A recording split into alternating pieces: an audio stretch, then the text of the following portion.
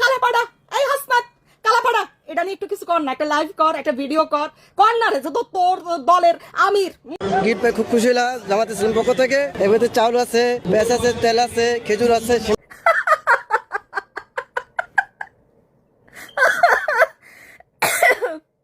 কেন হাসছি, কেন পাগল হয়ে গেলাম? এই যে জান্নাতে টিকিট দেওয়া মানুষগুলা এত বড় বাটপার মুনাফিক কেমনে হয় বলেন তো?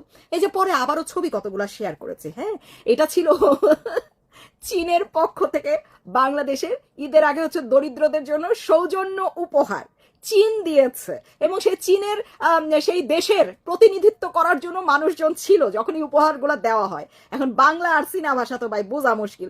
ও মা, জামাত তো পুরা দেখি ফেসবুক সোশ্যাল মিডিয়া সয়লাভ বানাই ফেলছে, হেরা নাকি এসব উপহার দিচ্ছে।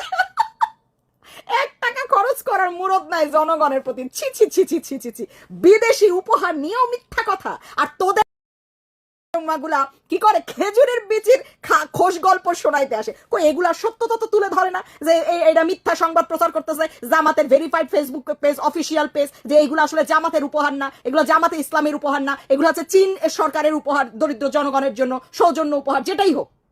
কই এগুলা নিয়ে তো কথা বলে না, এগুলা নিয়ে তো সাথে সাথে লাইভে আসে না, এগুলার সত্যতা নিয়ে তো কথা বলতে আসে না। কথা বলে কি লিচু না তো খেজুরের বিচি লইয়া, খেজুরের বিচির হিসাব দিয়া ফেমাস হয়ে যায়, তাই না? তো যাই হোক জনগণ, ছবিগুলো তো শেয়ার করেছি। কত বড় 2 নাম্বার, কত বড় মুনাফেক, কত বড় ভণ্ড হলে যাই হোক সরকারের পক্ষ থেকে আসলে এই ব্যবস্থাটা তারা কেন নিল না জানি না, যে এত বড় ভুয়া সংবাদ তারা তাদের ফুল সোশ্যাল মিডিয়াতে পাবলিশ করে দিল। এবং পরবর্তীতে যখন জানাজানি হয়ে গেছে, এবং ইত্তেফাকে যে লাইভটা যেটা দেখাচ্ছে এটা কিন্তু ইত্তেফাকের ধারণকৃত, তারাও বলতেছে কিভাবে এই সাক্ষাৎকার নিচ্ছে, অথচ তারা বলছে না, জানাচ্ছে না যে এটা জামাত তোমাদেরকে দিচ্ছে না, এটা দিচ্ছে হচ্ছে চীন সরকার। তারা শুনে যাচ্ছে জামাতের প্রশংসা প্রশংসা, তাই না? ধিক্কার জানায় এই ধরনের মানে মিডিয়াদেরকে, এই ধরনের মিডিয়া কর্মীদেরকে। কিচ্ছু বলার নাই।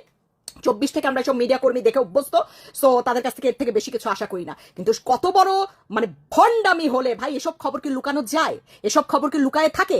যতগুলা অফিসিয়াল সোশ্যাল মিডিয়া প্ল্যাটফর্ম আছে জামাতে ইসলামের, তারা সব জায়গায় ঢালাও ভাবে প্রচার করে দিল, ক্যাপশন দিয়ে দিল, ওরে বাবা জামাতে ইসলামের উদ্যোগে ঈদের উপহার দেওয়া হচ্ছে, মানে দান করা হচ্ছে। আরে আল্লাহ রে আল্লাহ, কয় টাকা দিস তোদের পকেট থেকে? হ্যাঁ, আছে কোনো নজির? আছে কোনো বাংলাদেশের কোনো এলাকায় ঈদ রোজা তার গরিব দুঃখীরে কিছু দেওয়া কোন রেকর্ড দেখাইতে পারবি? কোন একটা ছবি দেখাইতে পারবি? কোন একটা ভিডিও দেখাইতে পারবি? না, ওই বিদেশ থেকে দুম্বার মাংস আর খেজুরের বিচির হিসাবটা দেখাইতে পারবি। এর বাইরে তোরা কিছু দেখানোর ক্ষমতাই রাখোস না, যোগ্যতাই নাই তোরা এই দেশের চাষি না, এই দেশ সৃষ্টি হোক, তো এই দেশের মানুষের তোরা সাহায্য সহযোগিতা করবি কেমনে? সেই মন, সেই উদারতা, সেই মানুষের প্রতি দায়িত্ব, ভালোবাসা, এগুলো তো থাকতে হবে। এগুলো জোর করে পয়দা করা যায় না, তাই না? তো যাই হোক, ছবিতে দেখাইছিলাম যে জুলকারনাইন ওই যে এক সাংঘাতিক আছেন আর কি, উনি তো সাথে সাথে প্রকাশ করে দিয়েছেন যে চীনের সরকারের পক্ষ থেকে যে চিঠি তারা কি লিখেছে এবং সেটার বাংলা কি হয়, আর হচ্ছে জামাত ইসলাম তাদের ভেরিফাইড পেজে কি কি লিখছে, এবং তারপরে আবার সংবাদেও প্রচার হয়ে গেল কি যেটা আসলে চীন সরকারের কাছ থেকে উপহার এসেছে। এবং যখনই এই ভুল বুঝাবুঝির সমস্যার সমাধান হয়ে গেছে, সাথে সাথে জামাত ইসলাম তাদের ভেরিফাইড পেজ থেকে তাদের স্ট্যাটাস গুলা, ক্যাপশন গুলা ডিলিট করে দিয়েছে। ডিলিট অপশনটা জব্বর ভালো জিনিস ভাই রে ভাই। তোমরা হচ্ছে ভণ্ডামি জচ্চরি বদমাইশি করবার ধরা পড়লেই কি ডিলিট?